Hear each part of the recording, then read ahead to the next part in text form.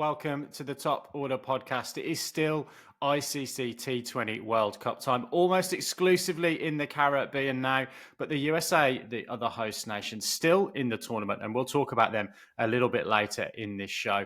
Action coming thick and fast. We'll talk about the first four games of the Super 8 stages. A hat-trick for Captain Cummins. Sky and Bumrah shine for India. A statement win for England, and have those South African firepower batters hit top form. We might even let Stu talk a little bit about Kane, Williamson and Lockie, Ferguson. All coming up on the Top Order podcast. Stay tuned. So, boys, we are recording remotely this evening. I think with the games coming so thick and fast, we'll be recording early in the week, New Zealand time, probably Monday and Tuesday through what little's left of the tournament, really, from a timing perspective. These games coming around every 2 or 3 days for each side now. So we recorded last time on Monday. We knew all the permutations in terms of the Super 8s at that point. There was still, I think, a couple of dead rubber games going on early this week. But where do we want to start, Lippy? I think you want to go in reverse chronological order, don't you? And start with today's proceedings, which was a hat-trick for Pat Cummins and Australia taking care of Bangladesh.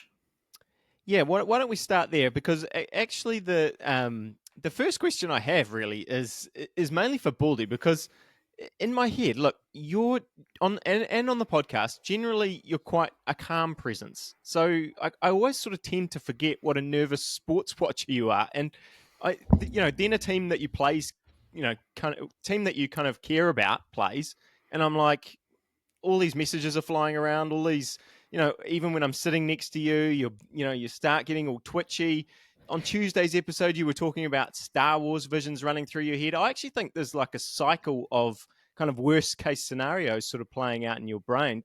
Just what's going on there? Because I don't understand when Australia, as an Australia fan, history suggests you should expect to win all the time. So why was I getting all this feed of, now that the rain's come, Australia might be struggling, or, because they took care of this game pretty comfortably, I think, as you'd want as an Australian fan. Reverse Moz. Exactly. That's exactly what it is, Stu. Welcome, listeners and viewers, to yet another insight into the pinball machine that is inside my brain. No, I was watching that game in the background. I was at work, to be fair, and anyone listening and watching who knows me at work, it was very much on the background, and my mind was very much on the job at hand this afternoon. But while it was on in the background, I was sort of running some scenarios through my head. And I don't know about this Australian side. Every time I watch them play and watch opposition get away to a good start and start to build partnerships early on in that kind of 4 to 10 over mark in a T20, it always gets me a little bit nervous. But, cometh the hour, cometh the man. And it was Adam Zampa again for Australia who broke the back of this Bangladesh innings with the wicket of Litton Das, then the wicket of Shanto. Maxwell chipped in as well. And then Australia, when it was 112 for 5, were pretty much on top from then on in. And it was a great Patrick from Pat Cummins, 3 wickets and 3 balls for him to seal the innings. That is a crick info pun, not my pun, listeners. So that's not an original. But Australia restricted Bangladesh, of course, to 140 for 8. And they did make short work of the chase. What I really liked from Australia was that they got themselves into a position where they were well ahead on the asking Duckworth-Lewis rate. I found a Duckworth-Lewis online calculator that I've forwarded to the South African management again, just in case they were... Don't forget Mr. Stern as well. Yeah, Duckworth-Lewis and Stern. Yeah. Anyway, so I was following that quite the way through the innings. Australia did well to get ahead of the asking rate, and then they managed to stay there. To your point, Stu, though, after that first rain break, after 6.2 overs, there was the Travis Head wicket, and then Australia took a couple of overs to get going again, and it looked like a completely different surface and a completely different game. Australia struggled for a couple of overs. Bangladesh got themselves not back into the contest, but they managed to win those 2 overs. And had the rain come down again at that point, it would have been a little bit dicey for Australia. But as it was, Maxwell came in and scored 14 vital runs for his confidence.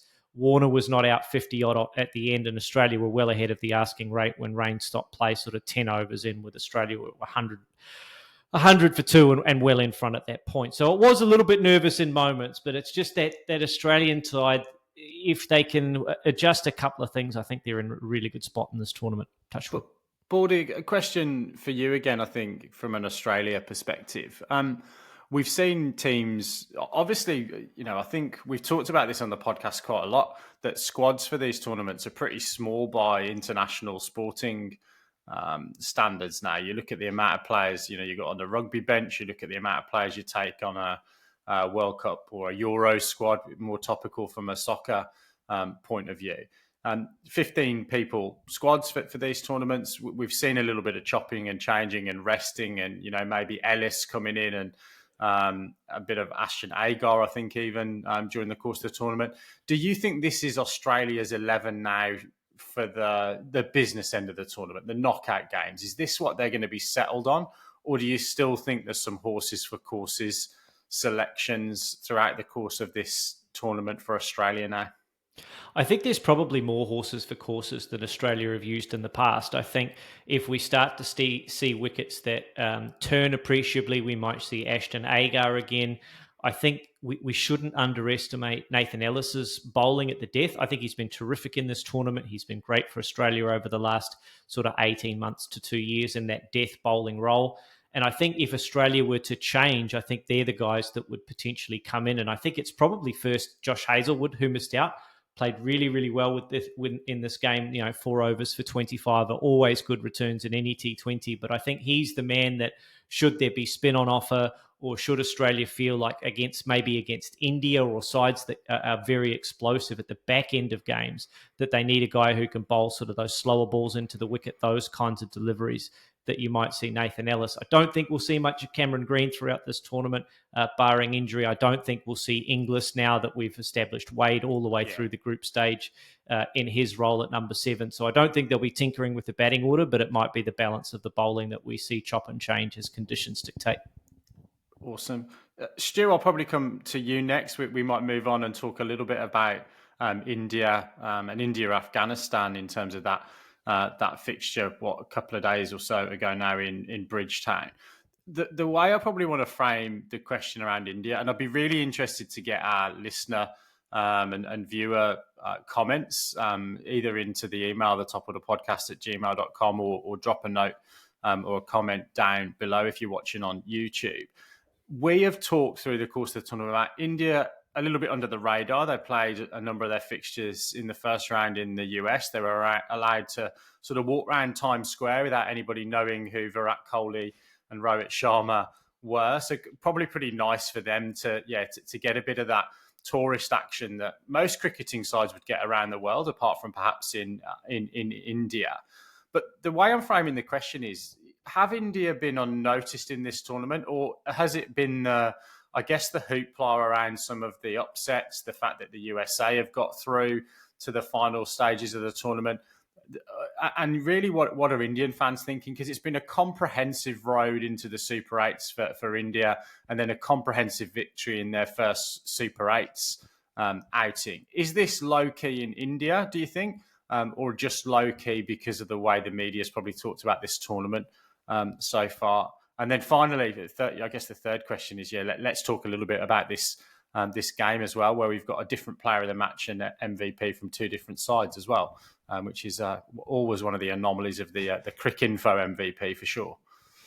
Look, on India, I mean, it's sort of a weird one, because I think the rain certainly plays a part. The fact that their game against Canada kind of got rained out, which was, I think there was their last pool game, wasn't it? And so it sort of meant that they had a big break, in the tournament. They were at a venue where the scores were really low. So, even though all the noise was in that game against Pakistan, where, they managed to get across the line. That was a very exciting game. A lot of buzz about India and Pakistan at that point.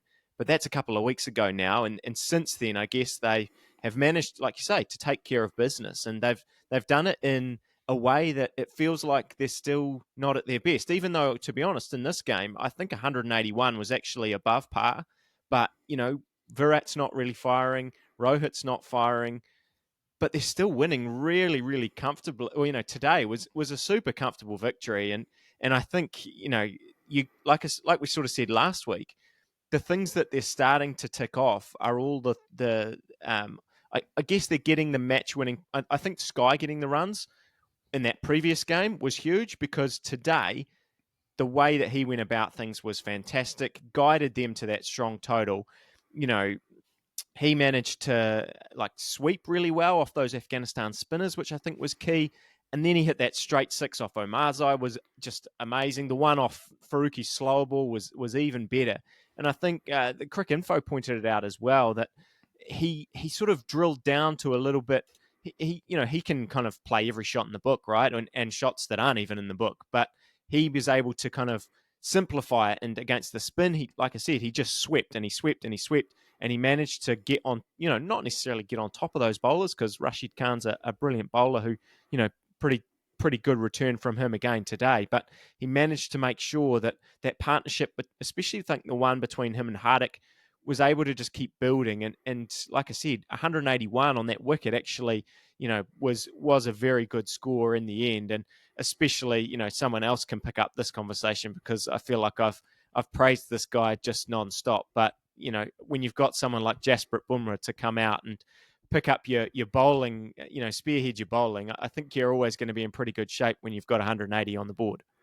Yeah, I guess that we'll opposition aside, it's strange that we're probably talking about some better T20 figures in the last week from a seam bowler as well.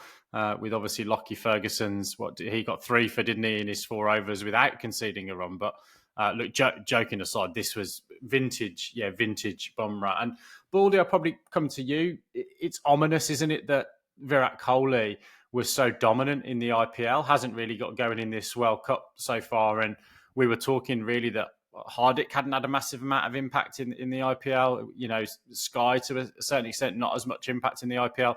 Some of their guys that, weren't in the business end of that IPL tournament starting to perform. And if the guys that were for India come into form, you wouldn't want to be playing them in that semi-final in a week or so's time, would you?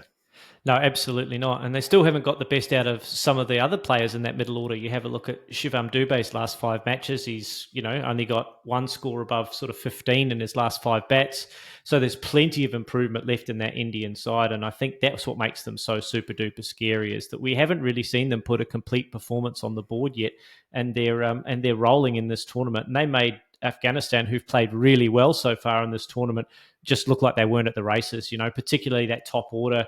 Bumrah took care of business, and Afghanistan were pushing the proverbial up the hill for the most part of that innings, and then crawled their way to 134. But it was never really close. India were in complete control of that game from start to finish, pretty much. Bumrah's just he really is like. He's the best bowler in the world, and honestly, I don't even think it's close. Like that. That's sort of how good he is. I think they pulled out a stat today. He's only conceded 4 boundaries at this World Cup so far, which is remarkable. One of them, the one in this game, was an edge, between the keeper and slip. And I think what stuns me the most is the way it seems like he instantly knows exactly what's required on each particular surface. And, that is such a skill. I mean, we were talking about it last week in terms of the batters and, thinking about the pitches and how you've kind of got to play on these wickets and how it's so important. It's been such a strength of New Zealand, I think, over the past 5 to 10 years of knowing, okay, like this is a score that we can defend. Bumrah seems like he runs in, bowls 1 ball, and he's like, or it doesn't even have to bowl a ball, sees other people bowl balls, and he's like, okay, well, today it's a slower ball day. I run in and I'm going to, for Gurbarts, I'm going to run in and bowl a wider slower ball because he's going to be doing this. It's just like, it seems like there's some sort of supercomputer going on in his brain, and it really is, absolutely brilliant to watch. And like you said, it was 23 for 3, and the game was pretty much over from there. Yeah, look, I'd like to know the kind of conversations that he has with the Indian team analysts, because like you say, the great players have got that ability to understand really, really quickly. And in T20 cricket, that's probably one of the most important traits. If you're a batter, it's understanding what a good score is, and as a bowler, it's trying to work out where the batters don't want you to be bowling. So I'd be really interested to see the conversations he had with his analyst, and then how he computes that, to borrow your phrase, Stu. And then I think probably the other factor for me is the uniqueness of his action is one that, because it is a little bit skiddier and a little bit different to probably a number of seamers, it's always, his natural length, I think, on any wicket is always going to be there or thereabouts in terms of hitting the top of off stump with the length that he bowls, regardless almost of how much bounce there is in the pitch because of the skiddiness of his action almost. And then his ability to adapt is, it's scary. I think, again, no disrespect to Lockie Ferguson, but from an opponent perspective, this was a tougher test, and those figures sort of bear that out. And as you say, game dead within that burst from Jasprit Bumrah, yesterday or whenever that. These are coming around so thick and fast. I can't remember the days of the week. Binksy, if we move to England, West Indies, you must be absolutely wrapped with that win, because for me, with no skin in the game at all anymore, that felt like a massive confidence booster for England after what was a nervy start to the tournament. But even though, a lot of those nerves were actually weather related and not created by the cricket they played. But, I think I saw something, Glenn Maxwell talking about what it was like. I don't know how he knew, but he sort of had some spies in there watching the England team while they were watching Australia play that Scotland game. And to think that, they were almost out of this tournament, because of the things that were out of their hands, to come out and play a game like they did against the West Indies. And the way that they, in the same way that Baldy talked about it before of Australia, they got themselves into a position where they could win the game, and then they really put the foot down and accelerated. And, now that net run rate is looking really nice, and they've beaten one of the other sides who everyone else thought was a really dangerous opposition in that group. Yeah, and look, I don't necessarily think that the danger of the West Indies goes away. Obviously, it means that they need to win their remaining two games probably to be in the mix for the semi-finals. But I think, look, I don't do a lot of prep for the podcast, as you both know. I've done some prep for England going out of the tournament in terms of our last podcast. And the summary that I would have brought to the table, and we talk about, they'd have been disappointed, they'd have been nervous and all that kind of stuff. My take on it would have been, do you know what? We've played a game that was rain affected against Scotland, and if you look at the form of our opening partnership, I think they were well capable of chasing down those 100 runs or whatever it was against Scotland. We've got our arses handed to us by Australia. That's going to happen in T20 cricket from time to time when someone has a day out, or a bowler has a bad over, or a captain makes a bad bowling change decision. And then we've done exactly what we needed to do against Namibia and Oman to kind of get to where we needed to get to. And I think that the confidence in the camp will be that ultimately it's about the game that they're playing in that's the most important. And to take that old fashioned phrase from one of my old coaches, you control the controllables. And England absolutely did everything they could in this game to control those controllables. They got the toss won and used their preference of chasing, and that's been their preference for a little while now. Knowing that they've got the ability to go as hard as they need to go for as long as they need to go. But I think what was really impressive for me was the way that they're also prepared to make those changes to the team, get Sam Curran in there, who I thought bowled pretty well. Adil Rashid, I think, is in the conversation for the best white ball spinner in the world. I think the rankings would probably bear that out, the T20 white ball rankings. And then, look, Phil Salt's 30 off the over obviously made that chase a lot easier than it might have been, but for deciding to take Romario Shepherd down. But you've got to give him credit for his hitting. And then also just a word on Johnny Bairstow. He'll love it, really. People write him off, and then he goes out and bashes 48 off 26. And arguably the intent that he showed when he came in at 2 for 80 odd when Moeen was out, probably almost set the game up more so than Salt really putting the cherry on the cake, and icing the chase. But Johnny Bairstow's impact, I think, was superb. So we go into our next game with a massive amount of confidence, and probably you'd expect us to beat the USA. and putting a dent in the West Indies really helps. Really helps our chances of getting through to the final four. Well, and totally, and you beat South Africa tonight, and then suddenly you're in the semi-finals already, pretty much. You think, depending on other results, or like I said, you take care of business. I'm sure Baldy wants to pick up on the Johnny Bairstow, but I just thought I should mention that you mentioned Salt's 30 before. That I was following that game on Crick Info live. Since been back and watched it, but it was absolutely brilliant because just before that 30 run over, someone put a comment on the Crick Info thing saying Salt hasn't hit a boundary since the 6th over, and then he hit 7 in a row. It was just fantastic, and obviously the game was all over after that. But Baldy, over to you. Yeah, look, it was a spectacular performance from Bairstow, not least of which because if you have a look at the guys in the top 3 from both sides, let's take Phil Salt out of the equation. Johnson Charles was +4 in terms of runs scored versus balls faced. Nicholas Puran was +4. Butler was +3. Moeen Ali was +3. So while there was 180 played 180, there were some guys there that struggled to really accelerate. And Johnny Bairstow did a fantastic job of that. And then Phil Salt all of a sudden went from 50 off 40 to 90 off 45. And all of a sudden he makes the game look very, very easy. And that's what England can do to sides. That's what England can do. This team can look not at the races some days, but when they switch on and when they get it right, this is one of, if not most dangerous, most electric sides in the competition.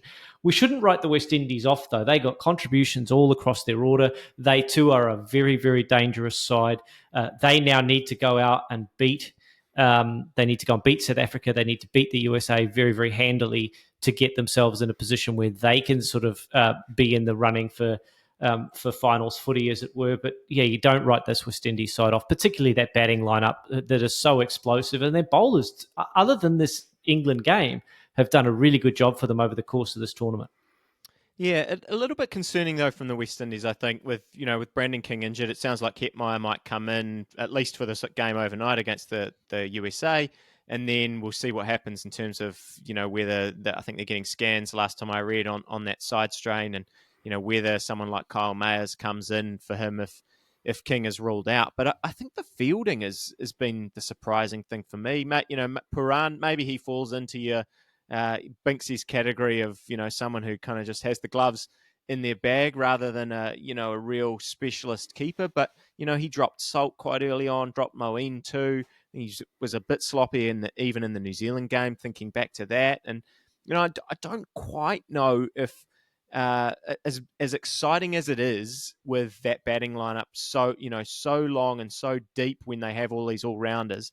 I'm starting to think maybe Romario Shepherd is a luxury that they don't need, and thinking back to that Afghanistan game when Obed McCoy came in and did such a brilliant job, I feel like maybe that would be the better side going forward. So it'll be fascinating to see the kind of team that they pick in this next game. On just a quick question on England before we probably move off this game, Binksy.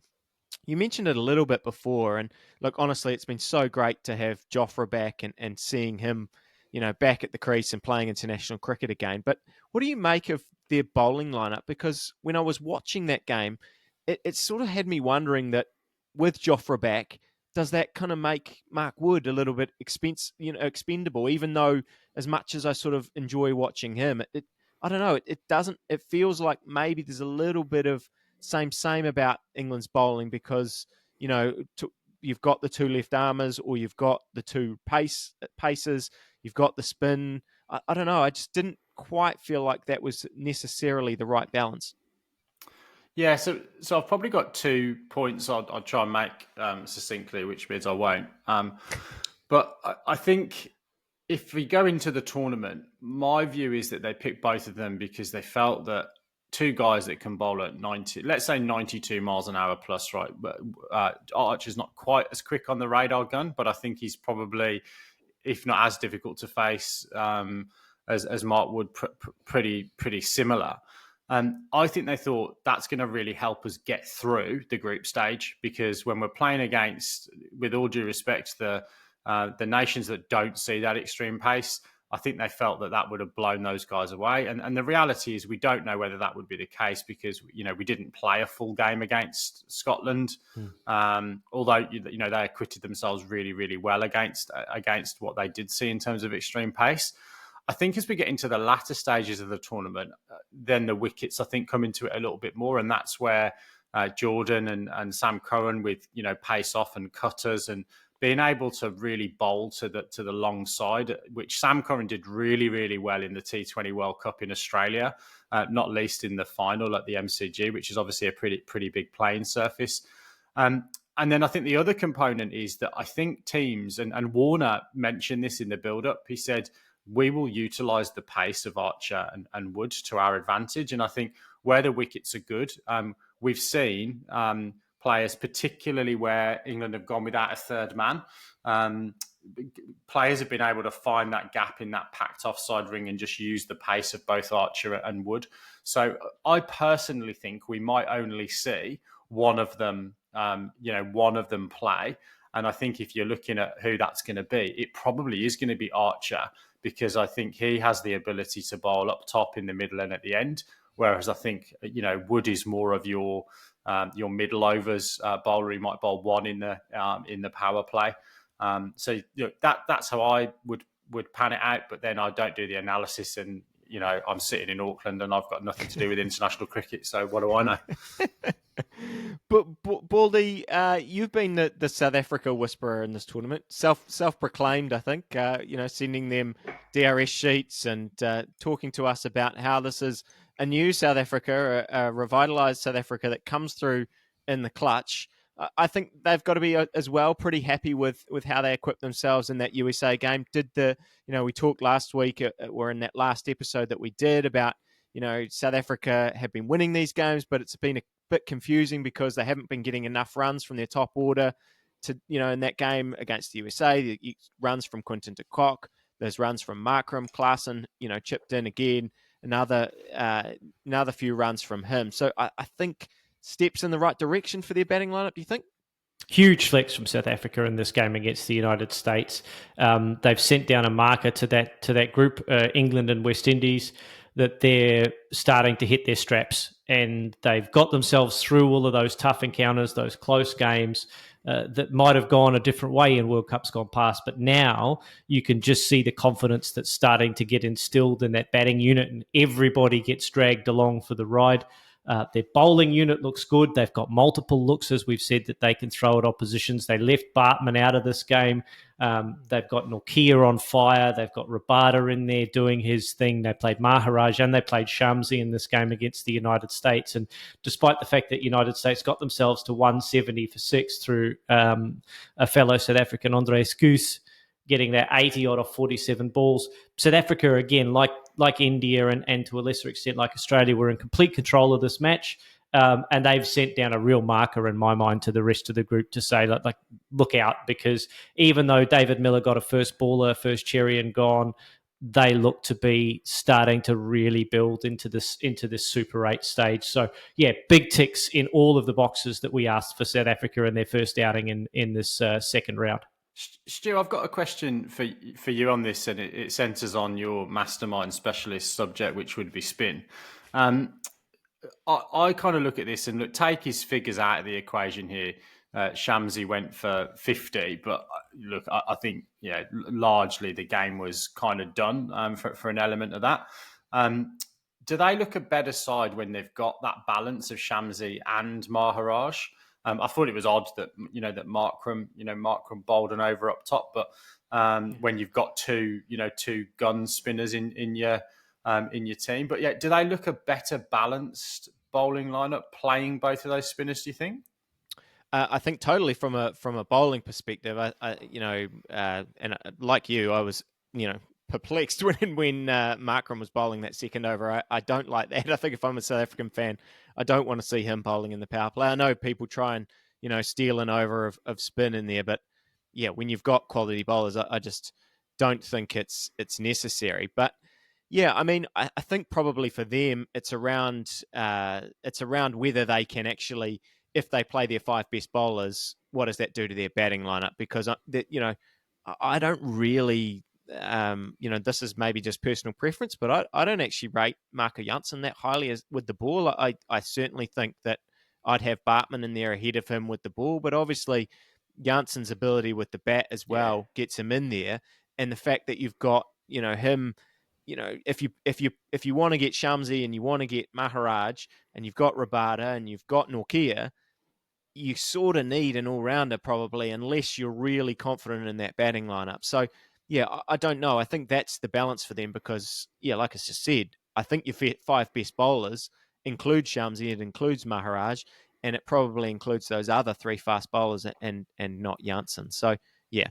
And Baldy, a word on the USA. I think and look, I don't want this to sound patronising, but to get to 176, chasing down 190 odd was a pretty decent effort from them. Is their dream of a very unlikely semi-finals berth over with this this defeat? Is there any way that they can wrestle their way into this tournament, do you think? Oh, I mean, it's mathematically possible, isn't it? But they're going to have to back up this loss against South Africa with victories over England, who've looked really good, and the West Indies, who are super dangerous. So I think it's again probably a bridge too far for the United States to make the semi-finals this time around. But on the back of both Harmeet Singh and Saurav Netravalkar, they've got some absolute gun players, and these guys are putting themselves in the shop window for CPL cricket, for franchise cricket in South Africa. I mean, there'll be a lot of South African eyes on this game, looking at Hoose's performance, looking at Netravalkar, looking at Harmeet Singh, who played great with bat and ball. I mean, those 2 guys with the ball are cut above the rest of those USA bowlers. And that's the thing I think that will hopefully develop in terms of their cricket going forward, is the depth of bowling and the depth of batting. The next time around, we could see a much improved, scary as it is to say, at USA side, if they can get their player development and their pathways right and identify some of the massive swathes of talent that they've got over in that country of 350 million people. So, probably a bridge too far for them. I think, let's face it, getting to the Super 8 stage ahead of some of these more fancied test-playing nations that have got longer records in these kinds of tournaments, it's already well above expectations for the USA. They've got a free hit now against England and the West Indies to try and put the cat among the pigeons. And I think if they get close in either of those games, it's going to be more ticks in the box for them in the scorecard or the report card come the end of the tournament.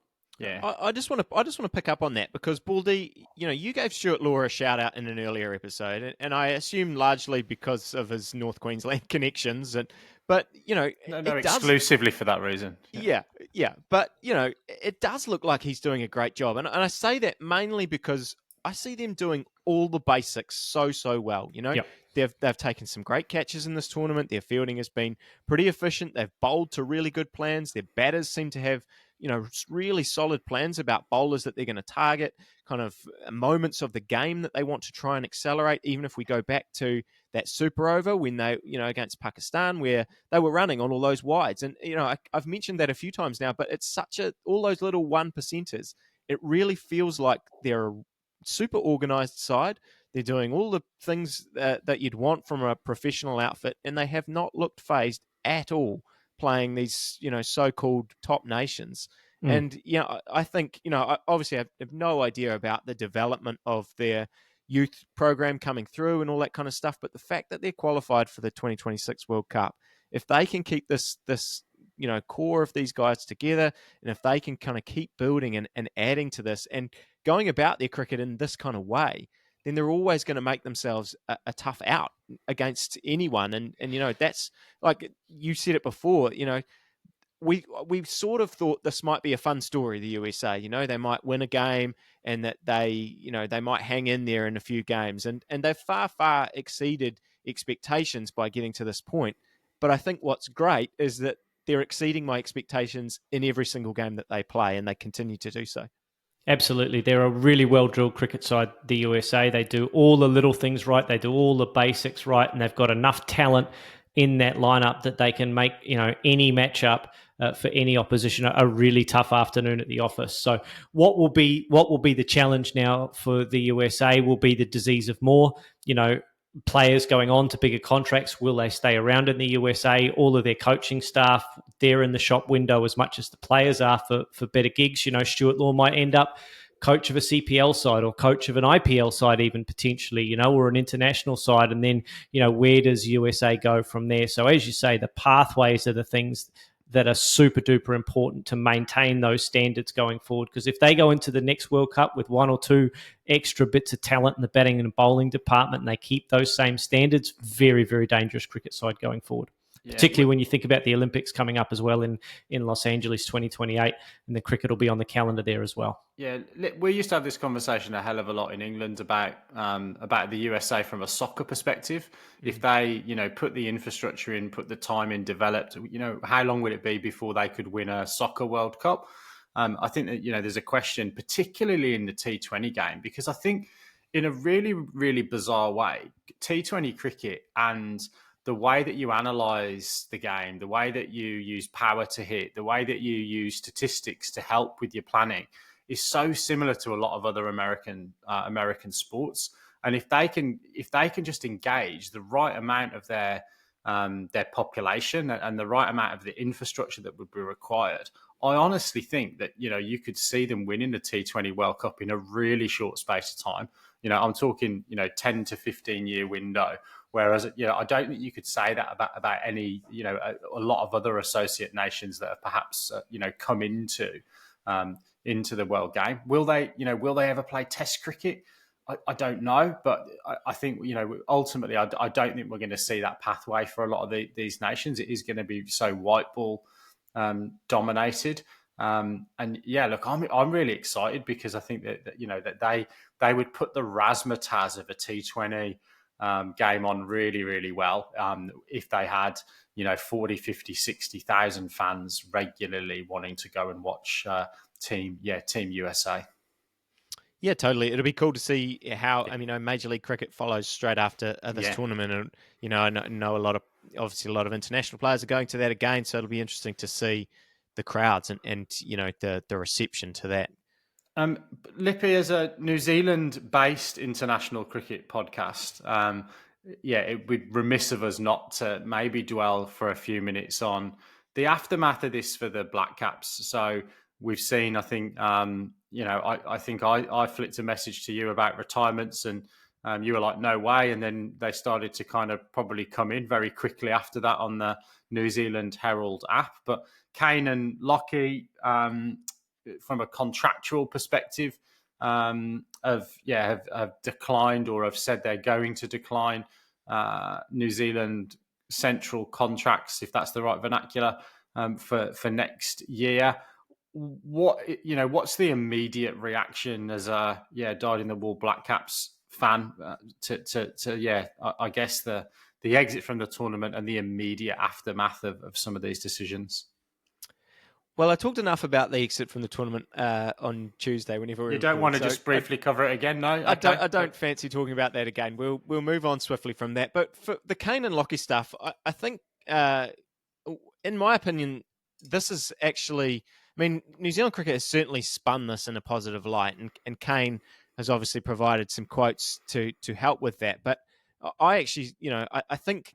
Initially, you get, you've just been knocked out of the tournament. You get this news: Kane Williamson is turning down a central contract, and your heart just sinks, and you go, what is happening? The sky is falling. But actually, I really think it's not, and I'm fully prepared to kind of give it the benefit for now. And I actually think, we've seen this trend for New Zealand cricket coming for a while. We've seen it with Trent. We've seen it with Jimmy Neesham.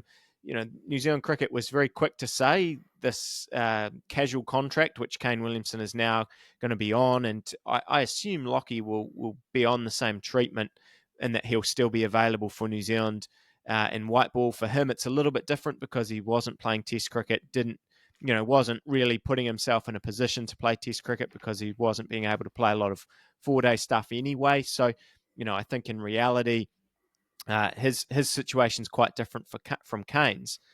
New Zealand cricket has said, casual contracts are not going to be for everyone. We're still going to prioritise people who are on contracts. But this could be great for New Zealand cricket if we hope that it means that it prolongs Kane Williamson's Test career and that he's available for, as many ICC tournaments in the one day format that he's going to, until the end of his career. Because again, we talked on Tuesday night about how I think it's time for this New Zealand side to look to the future in terms of what they want their T20 side to look like at the 2026 World Cup.